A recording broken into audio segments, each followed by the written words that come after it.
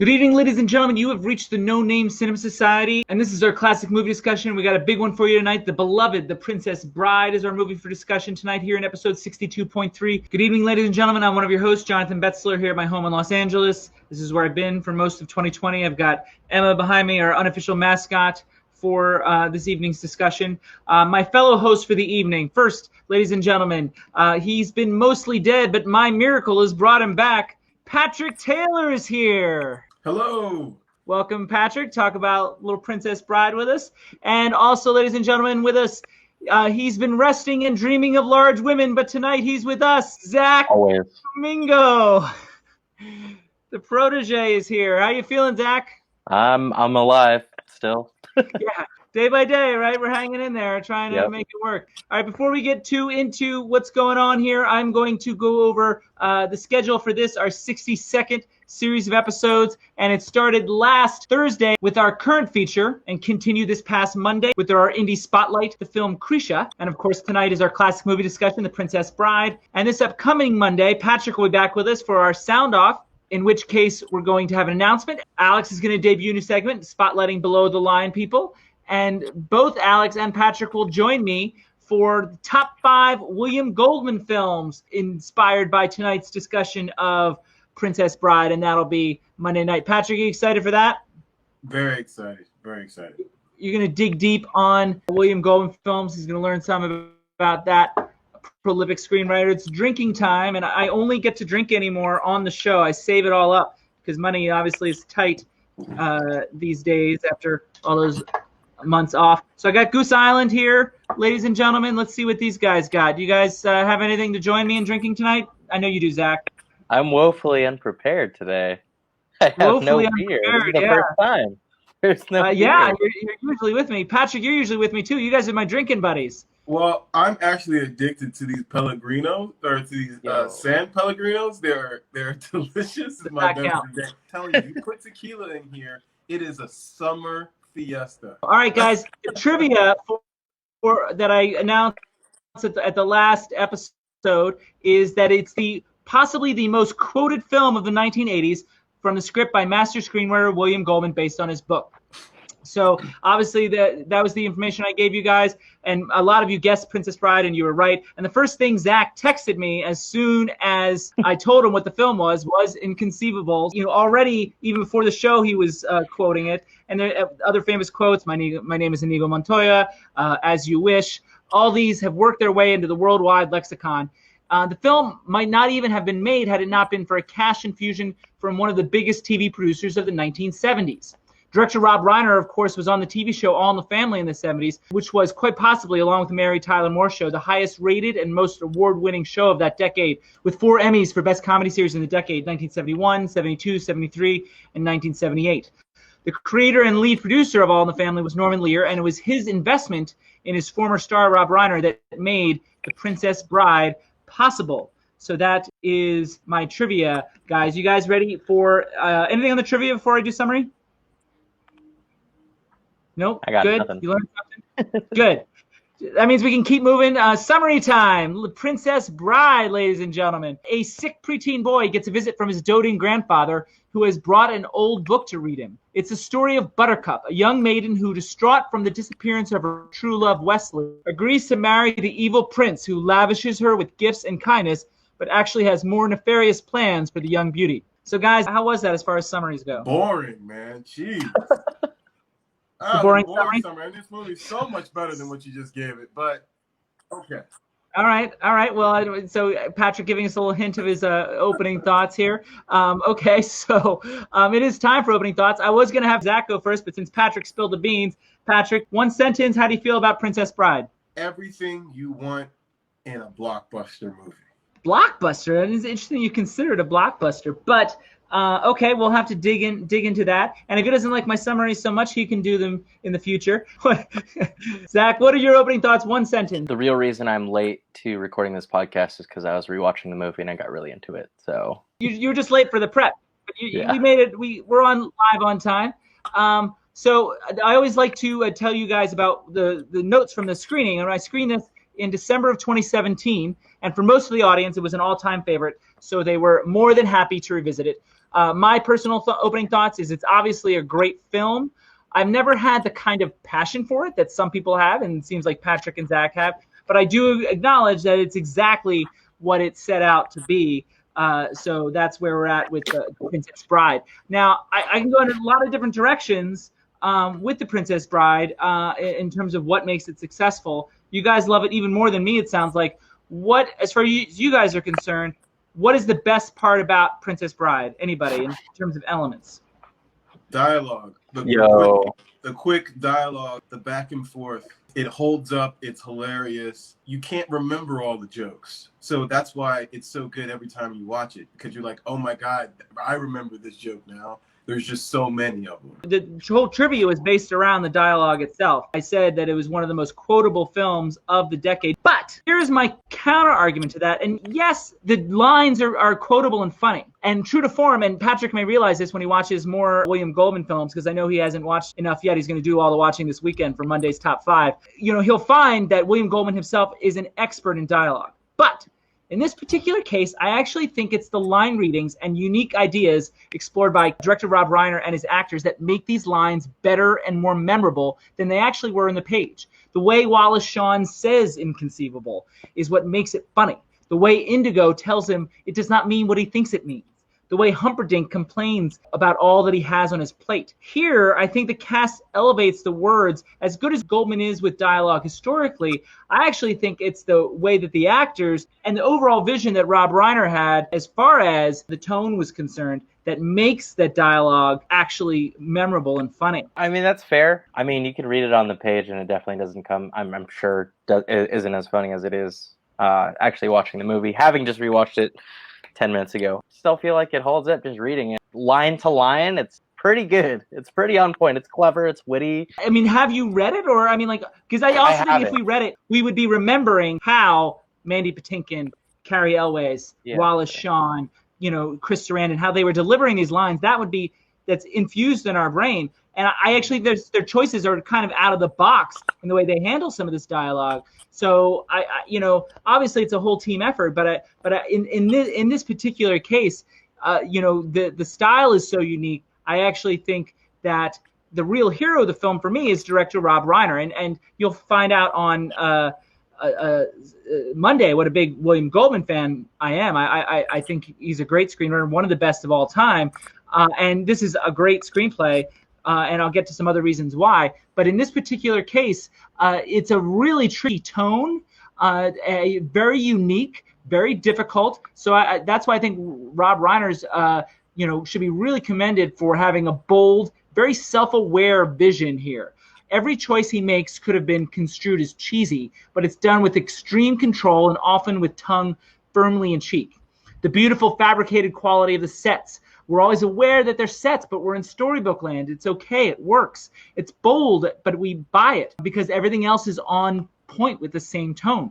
The music, and Patrick might speak to this as a composer, the music is sort of regal and over the top, but with a sort of vague electronic feel from Mark Knopfler that lets you know they know that it's a little over the top. The film is almost simultaneously mocking its own story and kind of reveling in it at the same time. The tone is right on point at every turn and not always with choices that are immediately obvious, which is why I think that, yes, there's a lot on the page, but the way that Reiner brought it to life in this very delicate balance, his high concept could have gone awry in a lot of different cases. That's why I think the dialogue works as well as it does. I actually think it's the tone set forth by Rob Reiner. I can definitely agree with that. It was like the ensemble cast and how they delivered the lines definitely, you know, with the writing on the page, made it a classic. Do you have anything to say on this this idea of Rob Reiner elevating the piece? Yeah, I think you make a really good point, actually.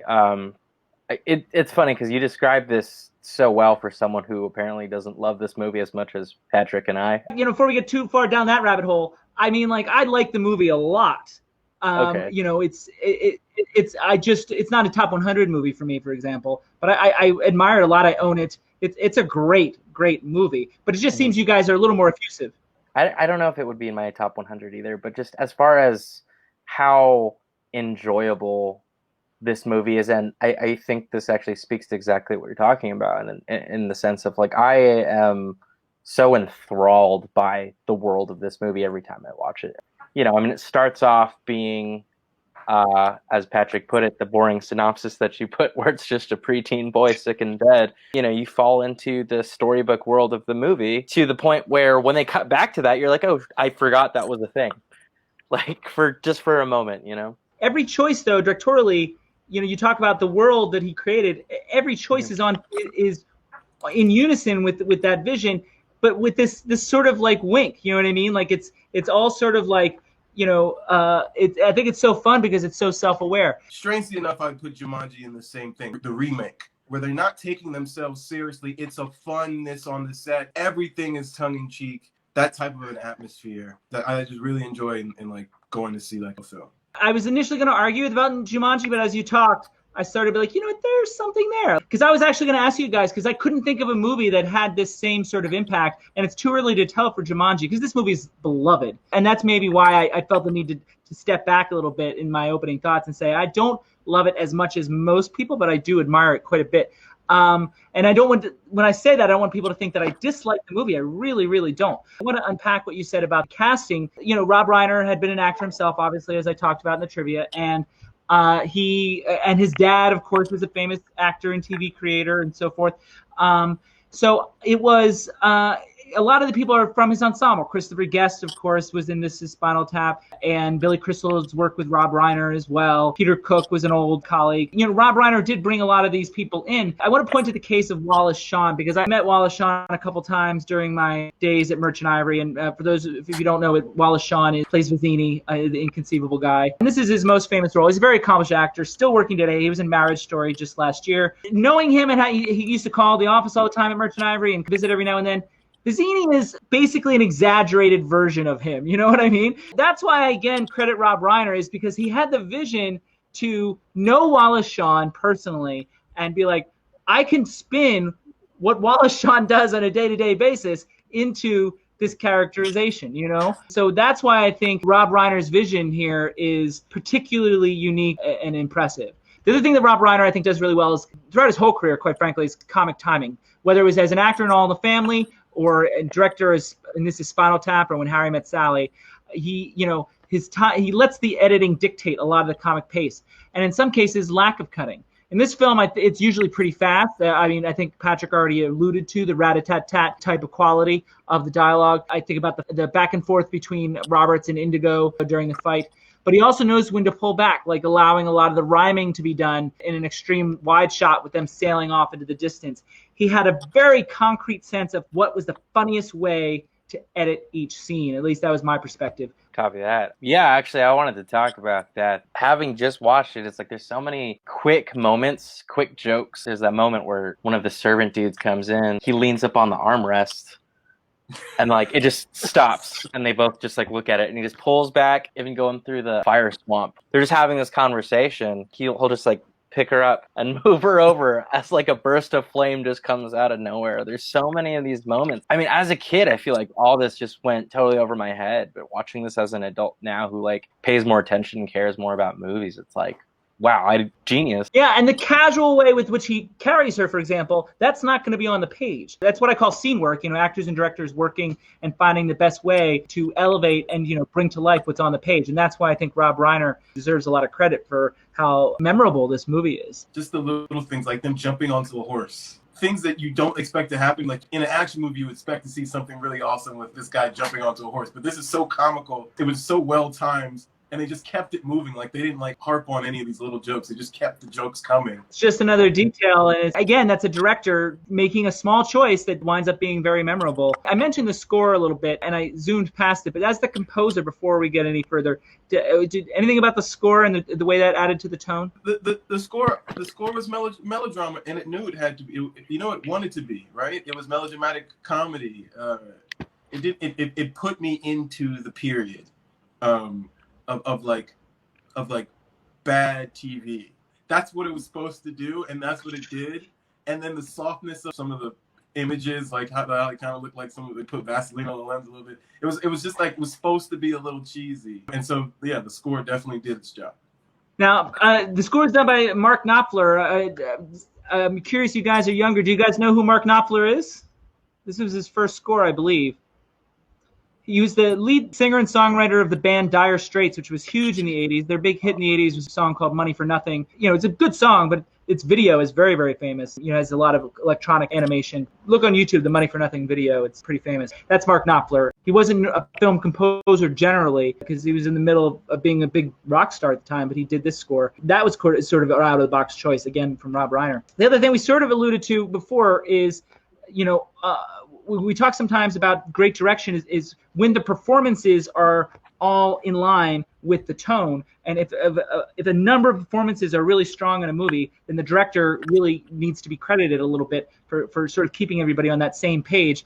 And even more so here because, there's so many bold and unique choices that come from the characterizations and the line readings that Reiner allowed and encouraged. I mean, We'll get to the actual leads performances in a moment, but this extends to the tertiary characters as well. Like the choice for Peter Cook's priest character to have a speech impediment. The choice for the Mel Smith's albino character to cough and change his speech. Letting Billy Crystal steal his scene the way he does, and a lot of that's improv. There's a lot of weird but wonderful choices here, and it requires some next level thinking. We're all on set quite a bit, all three of us. When we're on set, I don't know if these ideas, these sort of weird and wonderful ideas would have occurred to us because it's not natural. We're more thinking of what an audience will buy. These are out-of-the-box ideas, which is why I think Reiner needs a little credit. You laughed at the marriage, and whose idea was that on set all of a sudden? Let's talk like this. I mean, it was strange but brilliant. I'm wondering how much of this was like they had rehearsals and how much of it was like just riffing. Did they just come up with it on the spot, or was this kind of workshop with the actors? There's just so many details. It's like, how did they... I don't know. And Peter Cook's a very famous British comic, and even if he shows up on set one day and is like, I thought I'd do this, Rob Reiner still gets credit for saying yes. You know what I mean? For having the vision to be like, yeah, let's try that crazy thing. Because a lot of directors would be too afraid to do that. Zach, anything further on this? Yeah. No, I mean, I think it just kind of goes back to something that Patrick said earlier, where it's just like, feels like they're all just having a lot of fun. Like, it seems like just a great set to be on, and the nature of that kind of environment can facilitate a lot of the things that we see, I would assume. Yeah, happy set is a more creative set, supposedly. Oliver Stone would disagree with that, but I prescribe by that theory. I subscribe to that theory, prescribing. All right, individual performances. Some of the leads here. Do you guys? I have notes on all of on 6 of them. What about you guys? What performances that stand out to you? I mean, can I tell you which ones don't stand out to me? There's so many performances that do that I feel like it would do. Okay. I always like to start positive, but Patrick, you're a pessimist. What didn't work for you? I didn't think it was her fault, but the Princess Bride. I don't think it was her fault. I mean, I have that note, but it's definitely not her fault. It's a thankless role. And you'd never know from this film what a terrific and powerful actress Robin Wright would become, or possibly even was already, but she didn't get to showcase it here. She's perfect for the role. I would say her British accent is so good that for the first several years of her career, people actually thought she was British. She's obviously not. If you look at it from that perspective, it's kind of impressive. Even industry people thought she was British for the first couple years of her career. Right. So I'm not blaming her. This is more the screenwriter's fault. How much complexity does she need? That would be my least favorite. And then... I wonder if feminists would have an issue with that. Like if there's Yeah, you think so? Yeah, 100%. Are you kidding me? Yeah, dude. I mean, it's like a pretty classic trope of like. Well, I know, but you could argue that it's making fun of it. So I mean, like it's. Yeah, no, you can totally do that. Yeah, I mean, I wouldn't say there's room to make that argument for it for sure, but the movie is so beloved that I think anything said against it is considered blasphemous. You know what I mean? Yeah, totally. But I'd be curious to talk to some diehard feminists if, in mocking the fairy tale genre, this promotes or belittles the feminist cause. I actually don't know the answer. She'd have had more jokes. That's how Patrick evaluates performances, amount of jokes. Yeah. That's a good point, yeah. It didn't give her a chance to really shine. She had some scenes on the boat where she was strong. I mean, she wasn't like she was a damsel in distress. She was waiting around for a man to save her, theoretically. Yes. But, yeah. I mean, the giant there, we would all be waiting around for a man to save us. Well, actually, on that note, yeah, she jumped ship once.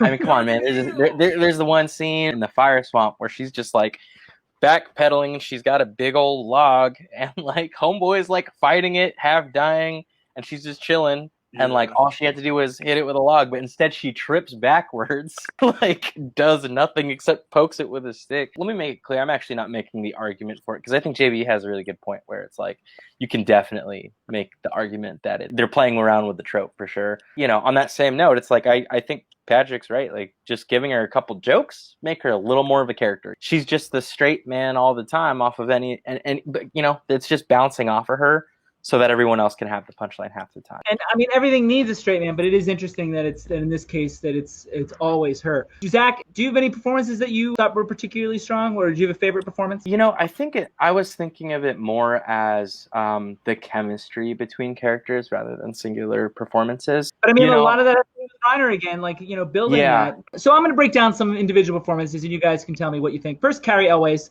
as Wesley. I actually think he's terrific, and I actually think he's one of the standout performances in the movie.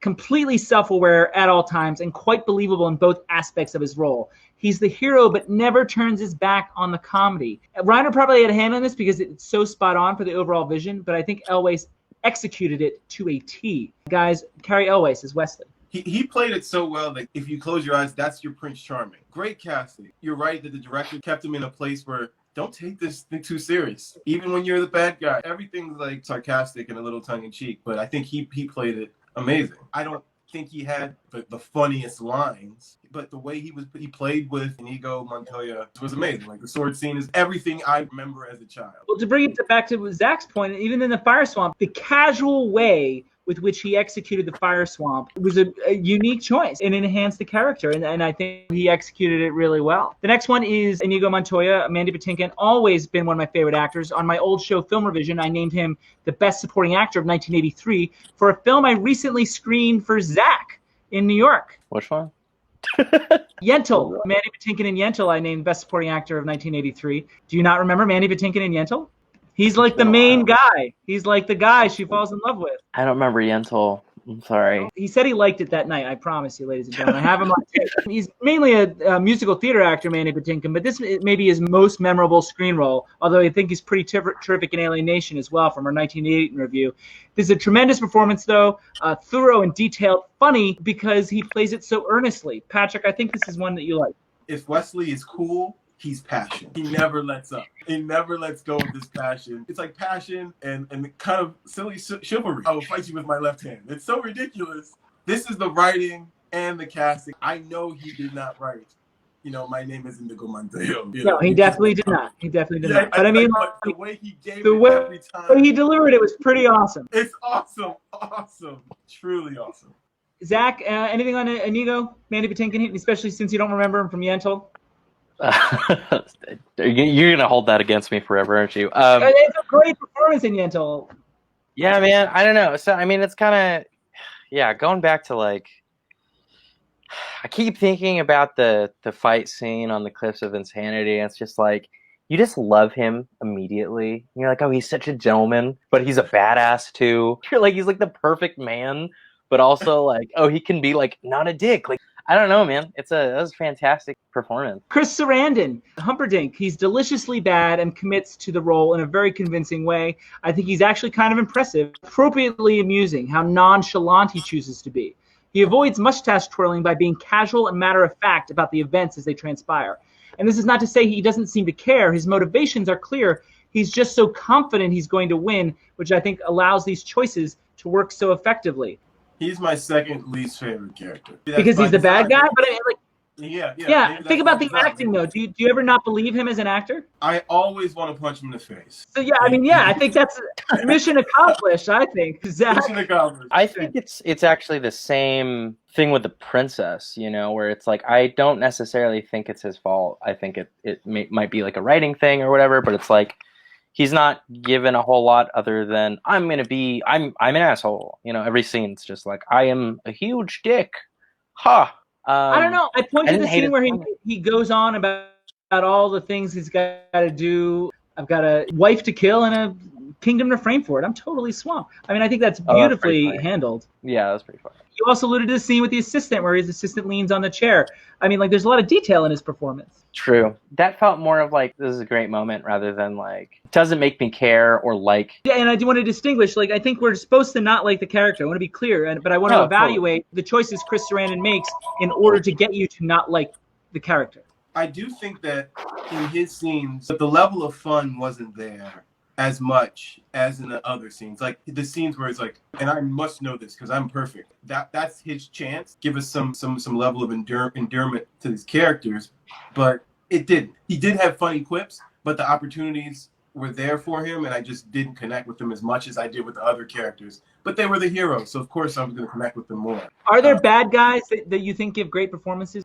Oh yeah, but those are different movies. I mean, you want me to call? Okay. No. I'm just curious if, like, you know, if we're connecting performance level with likability of character. Like, I just want to like make sure we make a distinction. We understand the distinction, and again, I don't think it's necessarily his fault. I just didn't feel like he was really given enough with what he gets at those times. The times that you mentioned, like, he does it well, but I don't think he has enough. Briefly, not much to say about Andre the Giant. He's playing Andre the Giant. He's beloved not only by wrestling fans, but also those that work with him on this film. He's obviously not an actor, and I acknowledge that raw quality adds to his charm and works within the context of the tone that we talked about. Patrick talked about it a little bit as well. I couldn't always understand him, but I always understood when it mattered. Reiner found the right takes when to focus on English diction, because there's some times I'm like, what did he say? And it doesn't really matter. Andre the Giant is not a good actor, but he's fine. Yeah, this is like when it comes like these are just a bunch of his friends or a bunch of guys that he was like, this guy would be awesome to have in a film. I don't care if he can't act.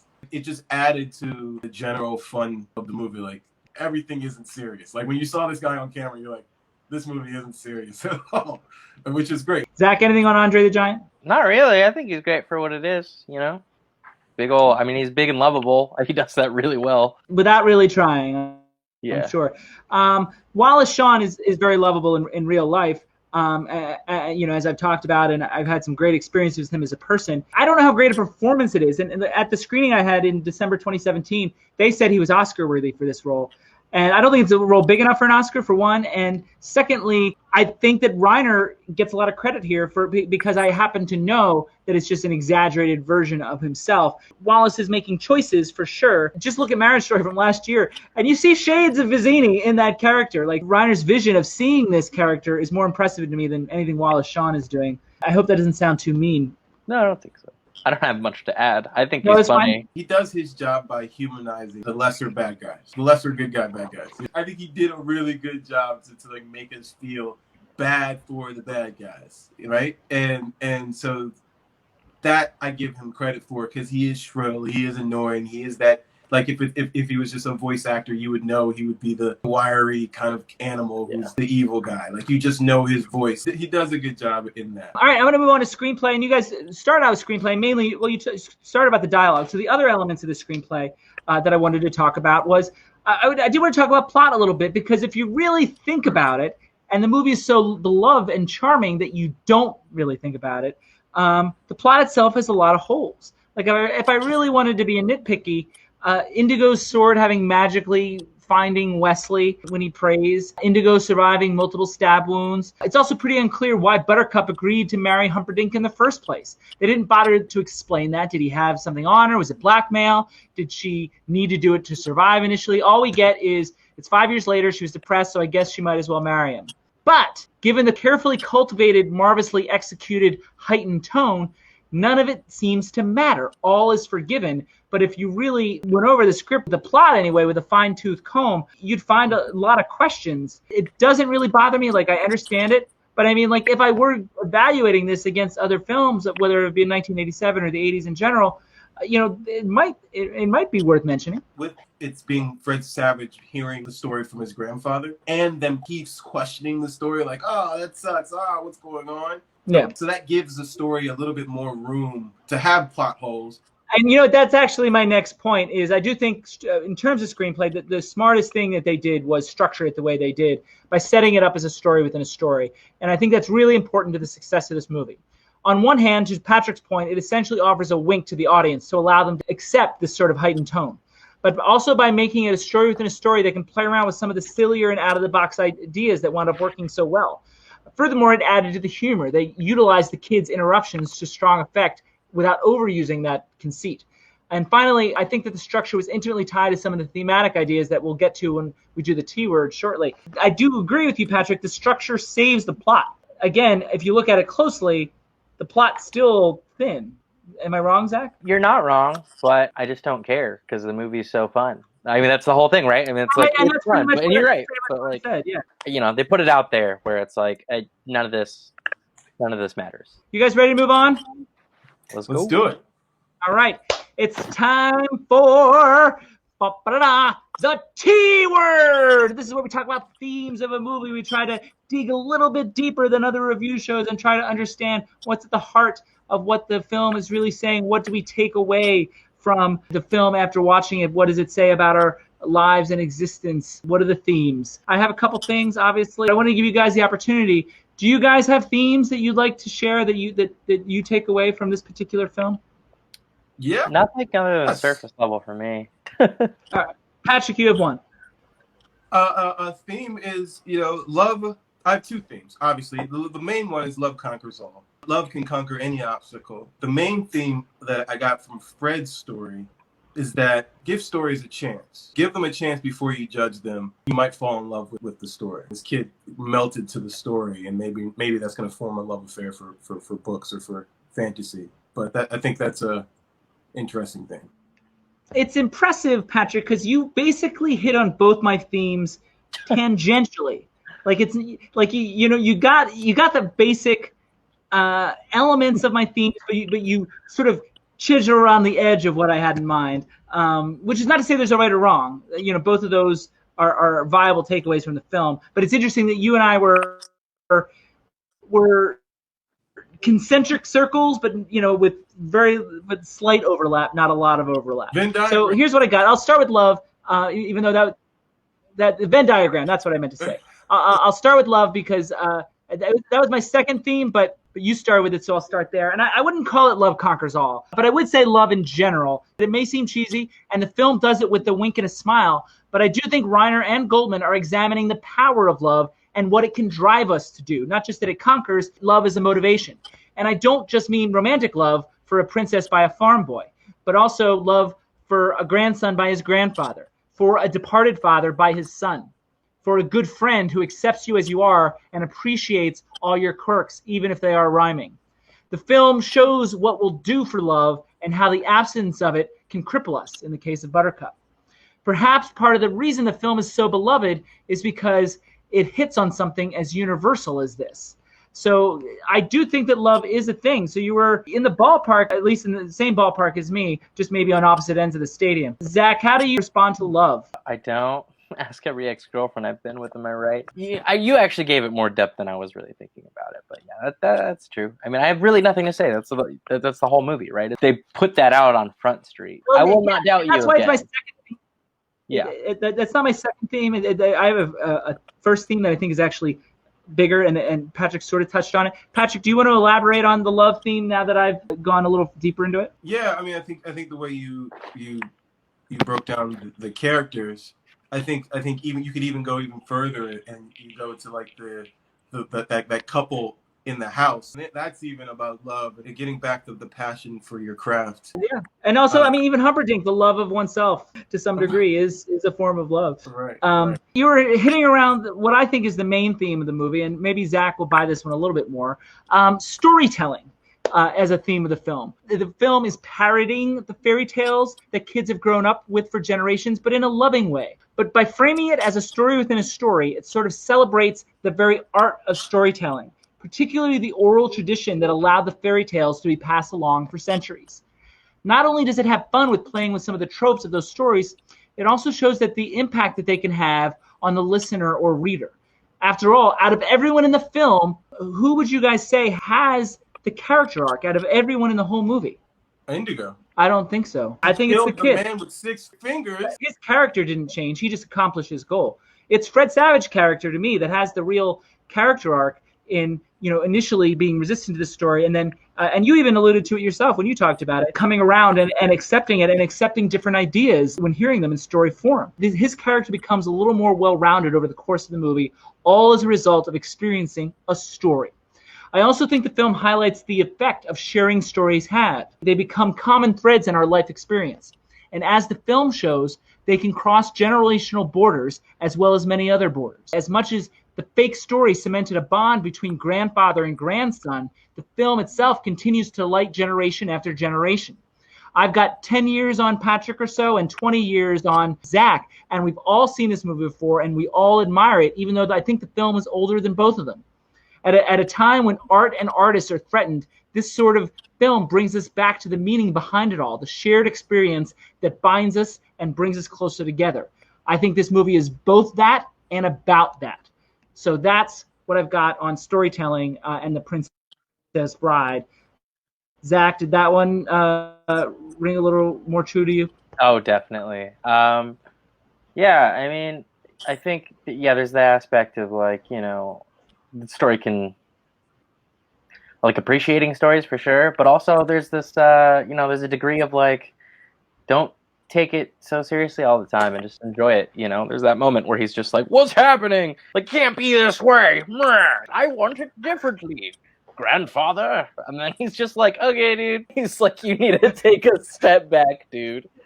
Zach's Fred Savage voice is the worst. That's the worst Fred Savage impression. All right, Patrick, I sort of piggybacked off your story as a theme. What do you think about what I said?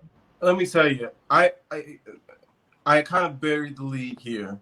I've actually made a remake of The Princess Bride in my spare time as a music video. That's how much this story has followed me. My first music video was a remake of a guy telling a story to a kid about a rapper. So you're an unoriginal feat. Well, hip hop is all about sampling. It's true. You're right. You're absolutely right. It's not called stealing when you do it in hip hop. It's called sampling. I think you're right about Fred. And hopefully, if this character was real, it would have followed him. I think the movie did its job in bearing earworm of lines and just a love affair and just a feeling of warmth from a story. Like, this story gives a lot of warmth, a lot of love, a lot of support, a lot of kindness wrapped up in fake danger. But it definitely gives a lot of warmth that the world needs, So the world needs something. But so with that said, guys, anything else on themes before we move on? I had two, and Patrick, you sort of had the same too in a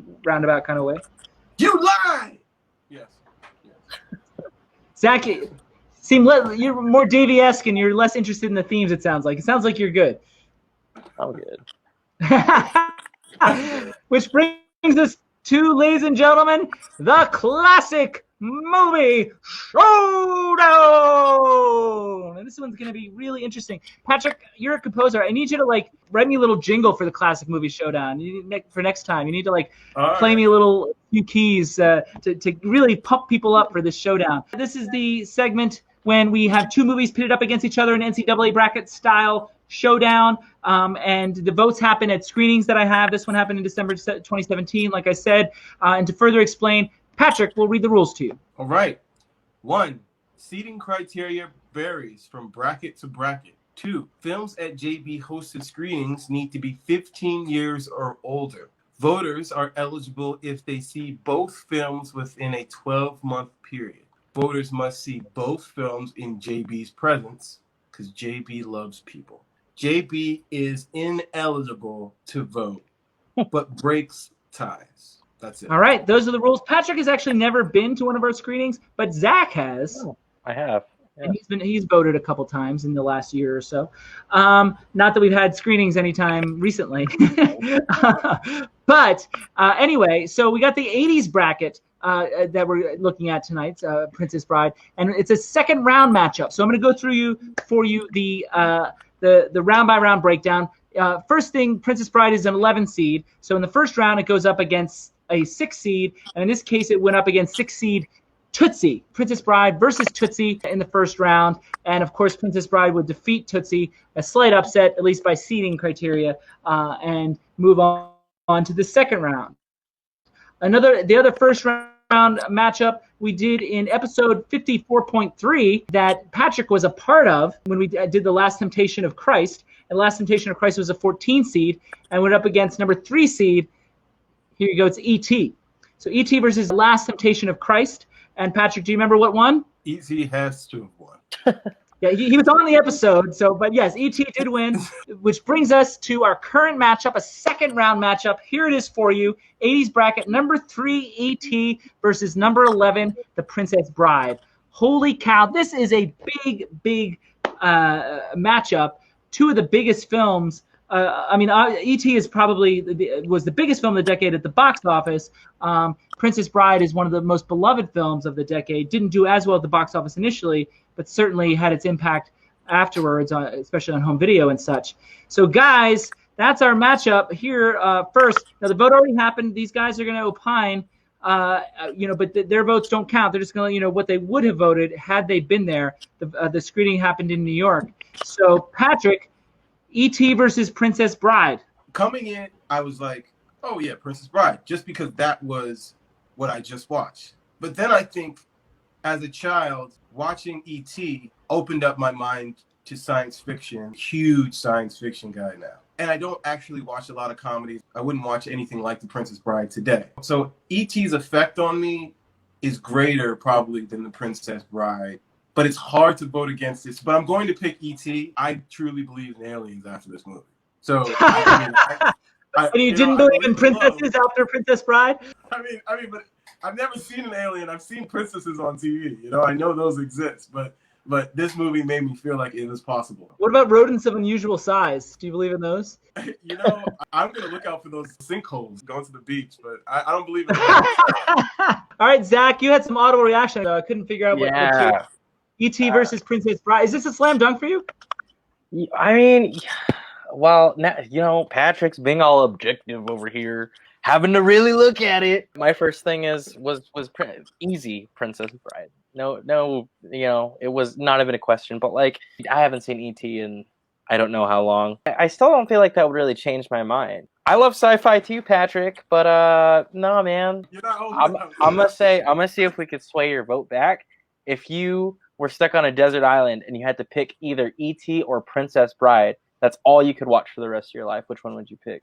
How old am I? Am I my age? Before we go down a rabbit hole, I think Patrick's point is he experienced E.T. at a young age, at a young form. Fair enough. Okay. And therefore, it has a more lasting impact on his development as an artist. That's fair. Like watching the Goonies now. It's terrible. But as a kid, I thought the Goonies was the best thing in the world. Goonies is fun. So, yeah, have you watched it recently? Yeah. It's not, but I mean, it's not as good as Princess Bride, but it's still fun. Definitely not as good.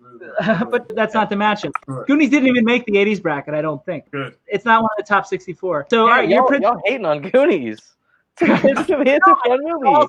Goonies is good. I'm the one that said Goonies is good. It's just, is the Goonies one of the top 64 movies of the 80s? No. Okay. Yeah. All right. No. I like it. I love Richard Donner. I think Richard Donner is a great director, but no.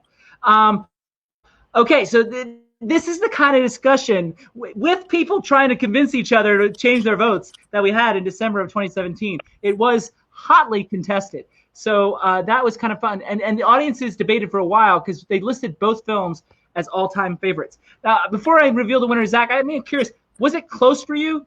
I'm unclear on that. Me? Or do you think E.T. is a bad film? Was it close, E.T. No, versus? I don't think E.T. is a bad film. It's just you're talking about what do I remember the most? Now. Right. I mean, I think Patrick makes a good point about his lasting impact and how that movie affected him, but I'm kind of looking at it as Desert Island. Everybody has their own criteria because for me, rewatchability, which is what you're talking about, is not one of the main criteria. It's a factor, but it's not. It's very rarely a main criteria when voting for these things. It is for some audience members though, but not for all. So that's just your factor, and that's fine. But for me, I'm looking at the technique and the skill and things like that. When I'm evaluating these films, I'm not saying that either way is wrong or right. I'm just saying, when doing these screenings as I have for 9 years, it is split about how much value people put in rewatchability. Because you could argue that we talked about a little bit about the themes of Princess Bride, but E.T. has a lot more going on as far as themes are concerned. That's so fair. Some people would look at that. So, all right, I'm now about to reveal the winner. What the audience in 2017 said. Here's what they come up with, ladies and gentlemen. And the winner is, it was The Princess Bride. And after much debate, it was unanimous. People did convince others to change their vote. No one used Desert Island like Zach did, but it was about the joy and infinite rewatchability of The Princess Bride that put it over the top versus E.T. E.T., I do guess, requires a little bit more of the viewer than Princess Bride, a little more investment. I will say, however, that when I started the brackets in 2011, I sort of went through them, and the 80s bracket in particular, and prognosticated on what might win the whole bracket, guessing how audiences might react. And given how beloved The Princess Bride was, I predicted back then that Princess Bride would win the whole bracket eventually. Here it is already in the Sweet 16, having ousted another beloved film from the decade. So, guys, with that in mind, how do you react to Princess Bride winning here, moving on to the Sweet 16? I think rewatchability was a huge factor in this decision. I think if people had thought about the feeling when they saw it in the blockbuster, like did it live up to the hype? E.T. had huge hype and it lived up to it. Princess Bride, you walked in thinking, okay, this is gonna be a good film, and then you were like wowed by it. I feel like E.T. deserves more because it lived up to the hype that Princess Bride would have never had. You know, I'm just sour grapes because I lost. All right, so Zach, you lost. You won, apparently. So how do you feel? I mean, honestly, it really does make me want to rewatch E.T. and to see if, having just watched Princess Bride, I wonder if my answer would still be the same. Well, if you do rewatch it, then you could rewatch episode 53.3. We reviewed E.T. and talked about a lot of its themes, and I think it was one of our stronger episodes. In terms of my thoughts, I love Princess Bride quite a bit, but I love E.T. It's number 55 on my all-time top 100 list, and there's no question in my mind that E.T. is more accomplished thematically and packs more of an emotional punch. As Patrick said in the rules, I do not vote, but I, if I had to break a tie, E.T. would have been the winner. I'm not crushed or disappointed, but I'm just letting you know that I would have picked E.T. as well, Patrick. So there's some solidarity there. Cool. Closing thoughts, Zach. I don't know if you're gonna keep this, but I really wanted to point out, having it so fresh in my memory, and given the current situation that's happening around the world right now. But there's a really funny line that means a lot to me now, where he's like, "Why are you wearing a mask? Comfortable. In the future, everyone will be wearing masks." You know what? I didn't even pick up on. Man. I almost took it out. I almost took my phone and recorded that, but I was thinking, right? I don't know. It's a tough time in America. I know. I think the world needs more films like this. It's just pure joy to watch, fun. And I really do think Adam Sandler kind of filled this void. If he's talking about movies that are kind of like this, it's just ridiculous, but not over the top, but just funny, ridiculous, have fun movies. But I love how this blended genres. I just loved it. Cool, guys. Thank you so much. On the trivia for our next episode of the No Name Cinema Society, the next classic, I should say, is a film that's celebrating its 25th anniversary this year. Was my number one film in the top 5 I did in episode 32.4. So if you go back and see what I named as the top number one film in that top 5 in episode 32.4, then you will know what our next classic will be. In the meantime, though, and just on Monday, we're going to have our next sound off. It is our 46th sound off, episode 62.4, in which I'm going to have an announcement. Alex is going to debut a new segment about below the line artists. And Patrick, Alex, and I will all count down our top 5 William Goldman films inspired by tonight's review of The Princess Bride. Guys, say goodbye to the audience. All right. With that, ladies and gentlemen, this meeting of the No Name Cinema Society is adjourned.